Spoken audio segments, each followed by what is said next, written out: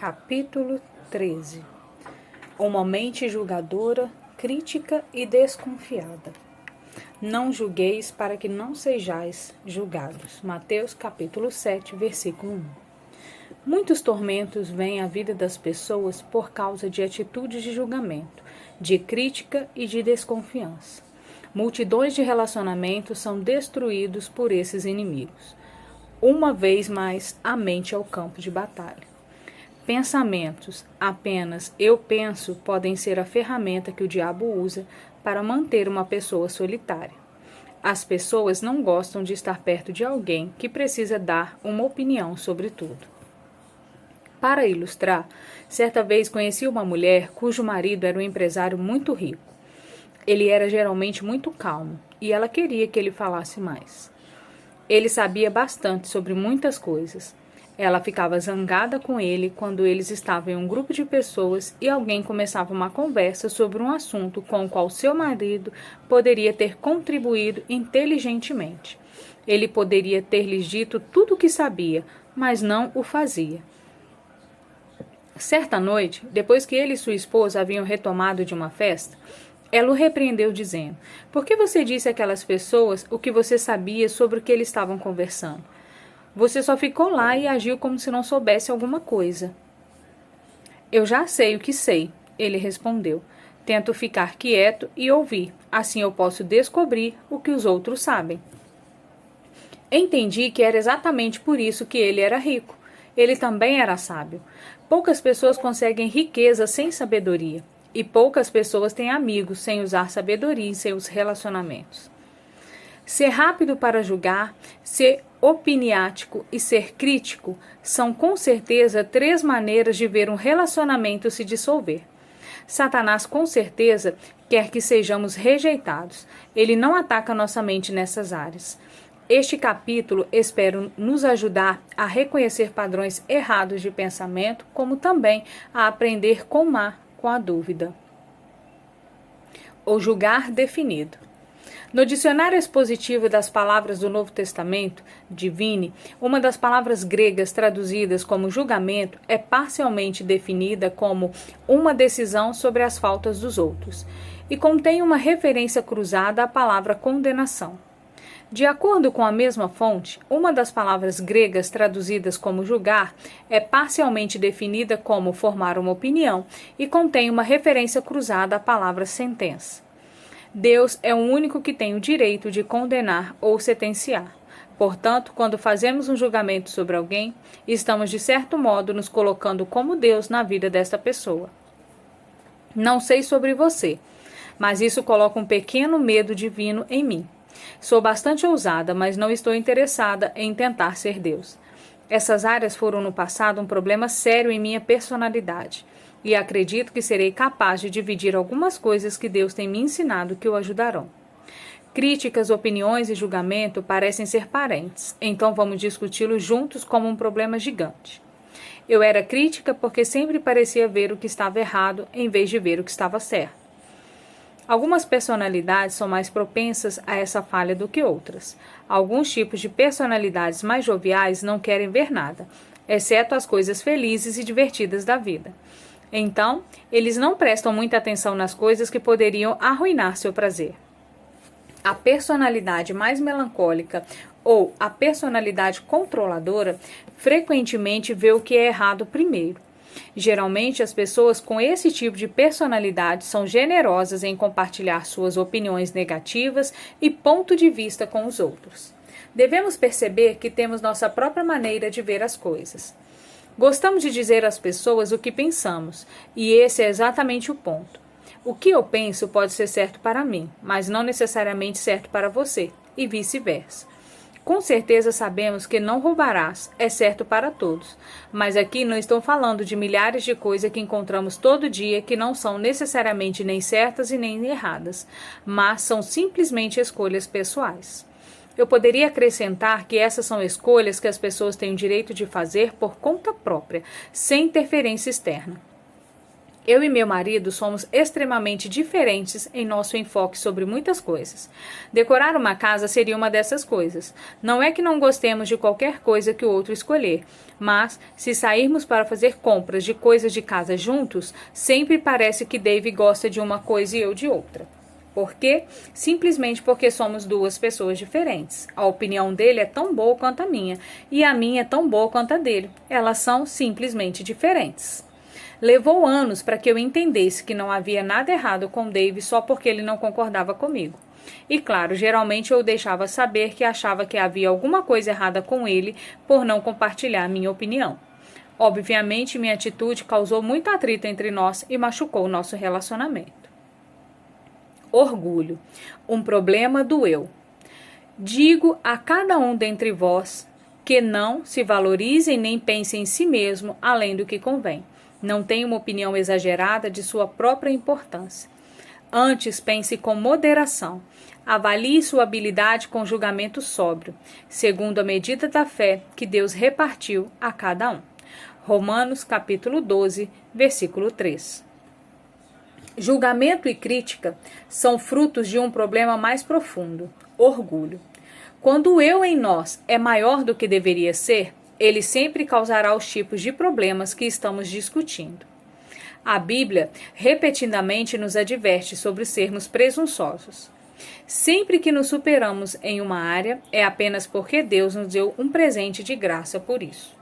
Se formos presunçosos ou tivermos uma opinião exagerada de nós mesmos, então isso nos levará a desprezar os outros e a avaliá-los como menos do que somos. Esse tipo de atitude ou pensamento é extremamente detestável ao Senhor e abre muitas portas ao inimigo em nossa volta. Temor santo. Irmãos, se alguém for surpreendido em alguma falta ou pecado de qualquer natureza, vós que sois espirituais, que sois responsivos ao Espírito Santo e controlados por ele, corrige-o e restaurai-o e reintegrai-o sem qualquer senso de superioridade e com espírito de brandura. E guardai-vos, mantende um olho atento para vós mesmos, para que não sejais também tentados. Levai, suportai, carregai as cargas e as falhas morais e incômodas uns dos outros, e assim cumprireis e observareis perfeitamente a lei de Cristo, o Messias, e completareis o que está faltando em obediência a ele. Porque, se alguém, qualquer pessoa, julga ser alguma coisa muito importante para condescender em sustentar o fardo de outrem, não sendo nada, a si mesmo se engana e se ilude. Gálatas, capítulo 6, versículos 1 a 3. Um exame cuidadoso dessa passagem revela-nos rapidamente como devemos agir em relação à fraqueza que observamos nos outros. Ela demonstra a atitude mental que devemos manter dentro de nós mesmos. Devemos ter um temor santo do orgulho e devemos ser cuidadosos com julgar os outros ou ser crítico com eles. Quem somos nós para julgar? Quem és tu que julgas e censura o servo alheio?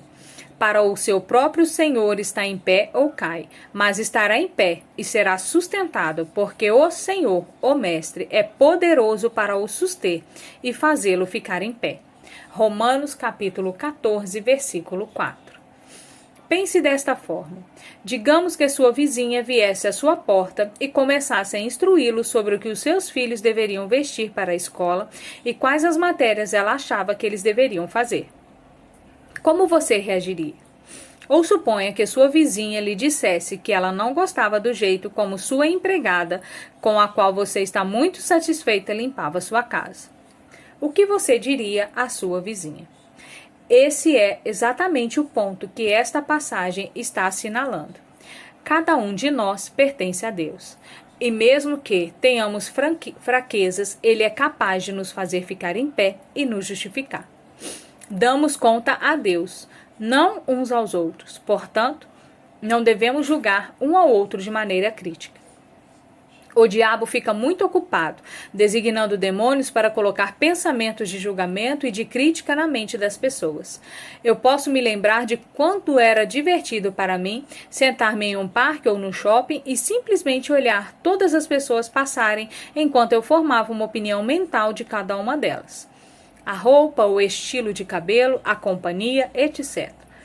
Agora, não podemos nos impedir de ter opiniões, mas não precisamos expressá-las. Creio que podemos até mesmo crescer a ponto de não termos tantas opiniões, e aquelas que tivemos que não sejam de maneira crítica. Frequentemente digo a mim mesmo, Joyce, não é da sua conta. Um grande problema é tramar em sua mente quando você reflete sobre sua opinião até que ela se torne um julgamento. Quanto mais você pensa sobre o problema, mais ele cresce até que você começa a expressá-lo aos outros ou mesmo àquele que você está julgando. Então ele se tornou explosivo e tem a habilidade de fazer um enorme mal na área do relacionamento, como também na área espiritual. Você pode ser capaz de evitar problemas futuros para você mesmo, simplesmente aprendendo a dizer, não é da minha conta. Julgamento e crítica eram desenfreados em minha família, então cresci com eles, por assim falar. Quando esse é o caso, como pode ser com você? É como tentar jogar bola com uma perna quebrada. Eu estava tentando jogar bola com Deus. Eu queria fazer as coisas do jeito dele, pensar e agir do jeito dele, mas não podia. Levou anos de infelicidade até que eu aprendesse sobre as fortalezas em minha mente com as quais eu precisava lidar antes que o meu comportamento pudesse mudar. Lembre-se, suas ações não vão mudar até que a sua mente mude. Mateus capítulo 7, versículo 1 a 6 é uma passagem bíblica clássica sobre esse assunto de julgamento e crítica. Quando você estiver tendo problemas em sua mente nessa área, leia essas e outras passagens. Leia de novo em voz alta e use-as como arma contra o diabo que está tentando construir uma fortaleza em sua mente. Ele pode estar operando por meio de uma fortaleza que já está lá por muitos anos. Vamos estudar essa passagem e vou comentá-la parte por parte enquanto a percorremos. Semeando e colhendo julgamento. Não julgueis, e critiqueis e condenei os outros, para que não sejais julgados, e criticados e condenados vós mesmos. Pois, com o critério com que julgardes, e criticardes e condenardes os outros, sereis julgados, e criticados e condenados. E de acordo com a medida com que tiverdes medido, os outros vos medirão também. Mateus capítulo 7, versículos 1 e 2. Essa passagem diz-nos claramente que colheremos o que plantamos. Gálatas 6, versículo 7. Semear e colher não se aplica apenas às áreas agrícola e financeira, aplica-se também à área mental. Podemos semear e colher uma atitude da mesma forma que uma plantação ou um investimento. Um pastor que conheço diz que quando ele ouve que alguém falou dele de forma maldosa e com julgamento, ele se pergunta: eles estão semeando ou eu estou colhendo?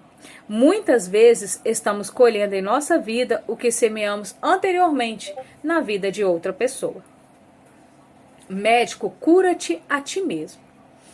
Porque vês e olha fixamente tu o argueiro minúsculo que está no olho de teu irmão, porém não reparas e meditas na trave de madeira que está no teu próprio olho.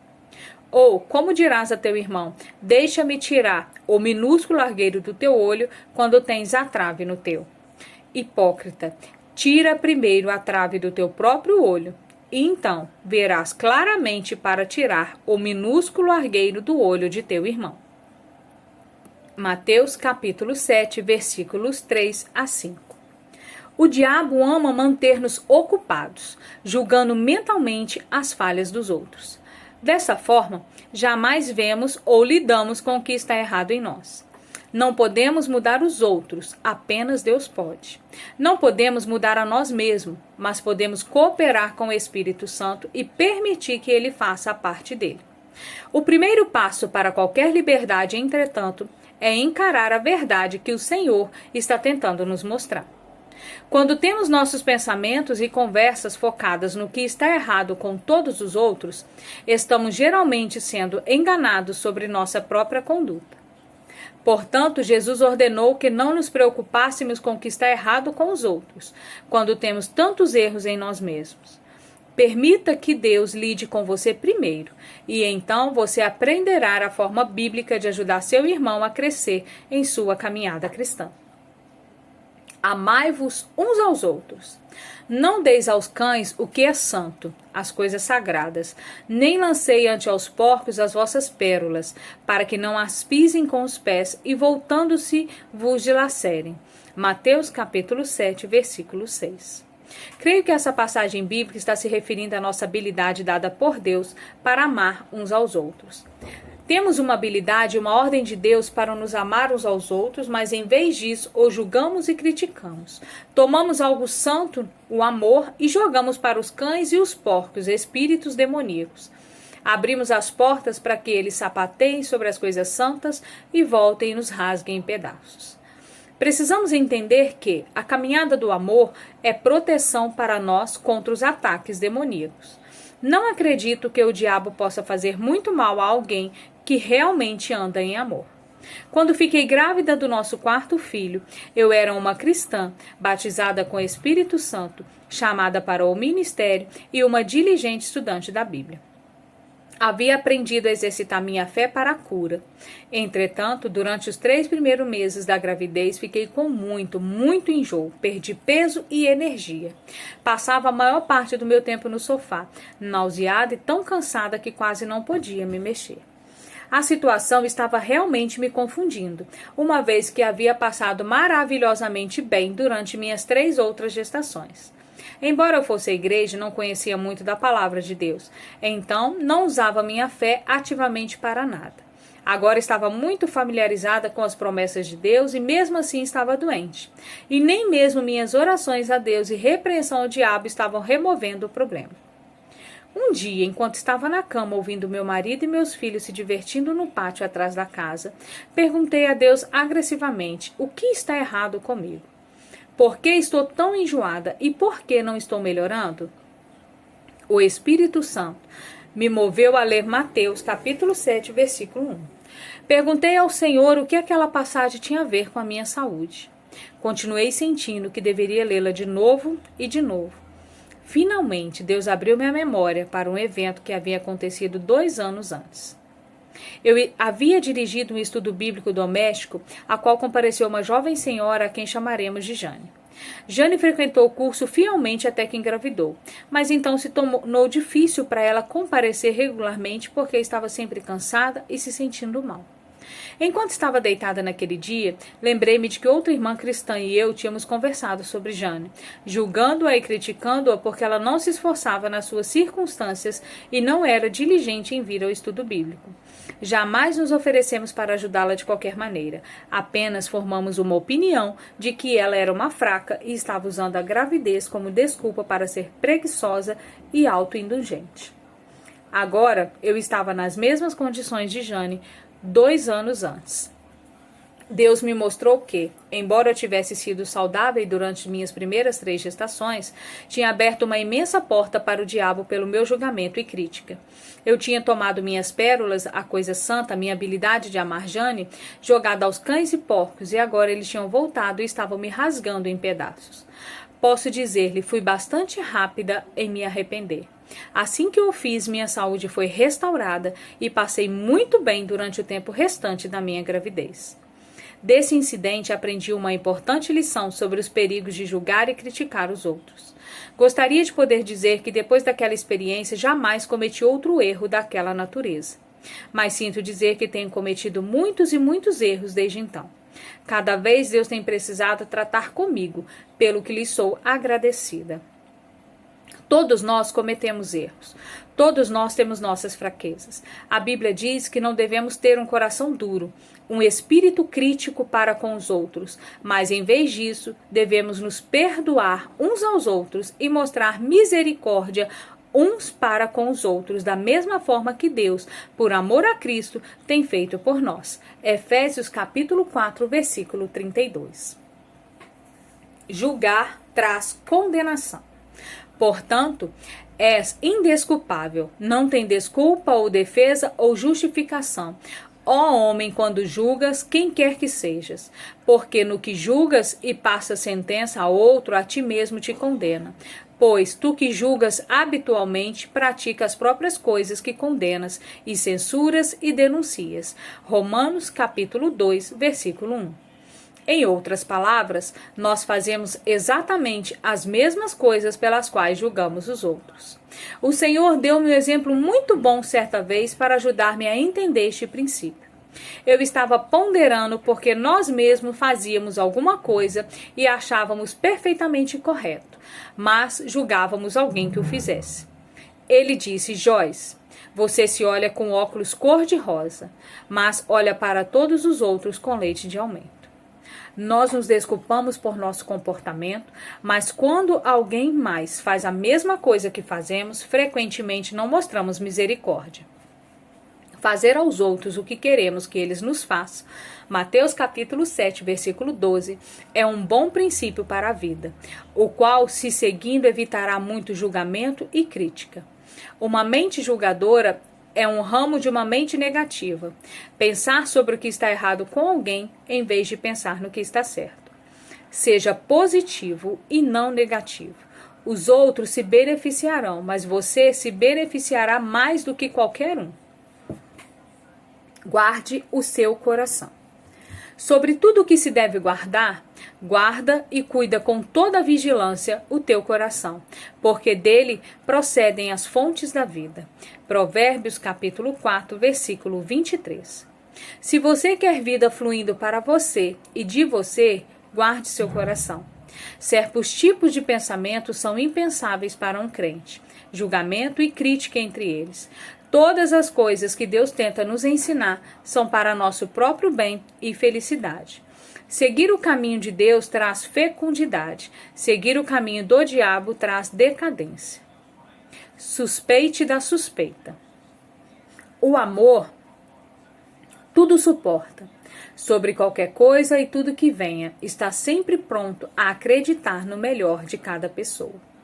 1 Coríntios capítulo 13, versículo 7. Posso dizer honestamente que a obediência a esta passagem tem sempre sido um desafio para mim. Fui criada para ser desconfiada. Na verdade, fui ensinada a desconfiar de todos, especialmente se eles fingissem ser bons, porque deviam estar querendo alguma coisa. Além de ser ensinada a desconfiar dos outros e dos seus motivos, tive várias experiências desapontadoras com pessoas não apenas antes de ter me tornado uma cristã ativa, mas depois disso também. Meditar nos componentes do amor e perceber que o amor sempre espera o melhor tem me ajudado grandemente a desenvolver uma nova forma de pensar. Quando sua mente for envenenada ou quando Satanás ganhar fortalezas em sua mente, ela precisa ser renovada de acordo com a palavra de Deus. Isso é feito aprendendo-se a palavra e meditando, refletindo sobre ela, murmurando-a para você mesmo, pensando nela. Nós temos o maravilhoso Espírito Santo em nós para nos lembrar quando os nossos pensamentos estiverem indo na direção errada. Deus faz isso por mim quando estou tendo pensamentos de desconfiança em vez de pensamentos amorosos. O homem natural pensa: se eu confiar nas pessoas, elas se aproveitarão de mim.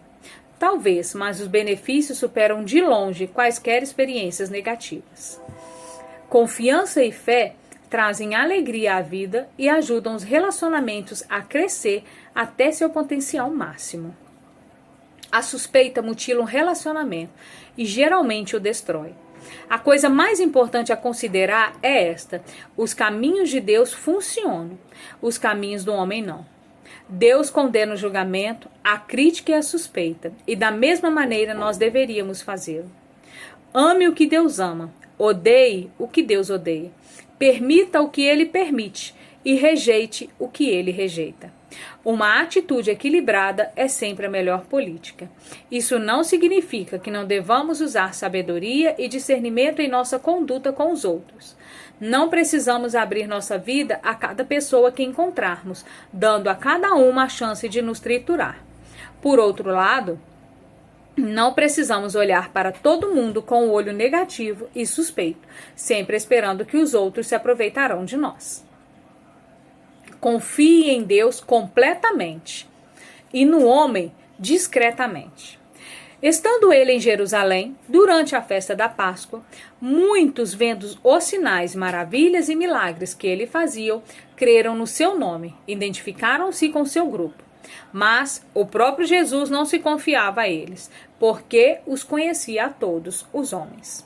E não precisava de que alguém lhe desse testemunho a respeito do homem. Ele não precisava que ninguém lhe desse evidência sobre os homens, porque ele mesmo sabia o que era a natureza humana. Ele podia ler os corações dos homens. João capítulo 2, versículo 23 a 25. Certa vez, depois que fui envolvida em uma situação desapontadora na igreja, Deus trouxe João 2, 23 e 25 à minha atenção. Essa passagem fala do relacionamento de Jesus com seus discípulos. Ela diz claramente que ele não confiava a eles. Ela não diz que ele suspeitava deles ou que não tinha confiança neles. Apenas explica que, como ele entendia a natureza humana que nós todos temos, não se confiava a eles de forma desequilibrada. Aprendi uma boa lição. Eu tinha sido machucada profundamente na situação da igreja porque eu tinha me envolvido demais com um grupo de senhoras e perdi o equilíbrio. Cada vez que perdemos o equilíbrio, abrimos a porta para o diabo. A primeira carta de Pedro, capítulo 5, versículo 8, diz: Sede bem equilibrados, sóbrios de mente e vigilantes e cautelosos em todas as ocasiões, porque o diabo, vosso adversário, anda em derredor como o leão que ruge com fome selvagem, procurando alguém para agarrar e devorar. Aprendi que estava me apoiando nas senhoras desse grupo e colocando nelas uma confiança que pertence apenas a Deus. Só podemos ir até aí em qualquer relacionamento humano. Se formos além da sabedoria, problemas surgirão e seremos machucados. Sempre coloque sua confiança completa no Senhor. Assim fazendo, abrirá a porta para o Espírito Santo deixá-lo saber quando você está cruzando a linha do equilíbrio. Algumas pessoas acham que têm discernimento quando, na verdade, são apenas desconfiadas. Há um verdadeiro dom do Espírito chamado de discernimento de Espírito. 1 Coríntios 12, versículo 10. Ele discerne o bom e o mal, não apenas o mal. A suspeita vem de uma mente não renovada. O discernimento vem de um espírito renovado. Ore por dons verdadeiros, não por carne que se disfarça de dons do Espírito. O verdadeiro discernimento espiritual provocará oração, não fofoca. Se um problema genuíno está sendo discernido por um dom verdadeiro, esse seguirá o padrão divino para lidar com aquele. Não formas carnais que apenas espalham e aumentam o problema. Palavras doces, agradáveis e curativas. O coração do sábio é mestre de sua boca e aumenta o conhecimento e a presunção nos seus lábios. Palavras agradáveis são como favo de mel, doces para a alma e medicina para o corpo. Provérbios capítulo 16, versículo 23 e 24. Palavras e pensamentos são como osso e medula, tão próximos que é difícil dividi-los. Hebreus capítulo 4, versículo 12. Nossos pensamentos são palavras silenciosas que apenas nós e o Senhor ouvimos, mas tais palavras afetam nosso homem interior, nossa saúde, nossa alegria e nossa atitude. As coisas que frequentemente pensamos saem da nossa boca, e é triste dizer algumas vezes que elas nos fazem parecer tolos. Julgamento, crítica e suspeita nunca trazem alegria. Jesus disse que ele veio para que tivéssemos e desfrutássemos a vida. João capítulo 10, versículo 10. Comece a operar na mente de Cristo e você penetrará um novo estado de vida.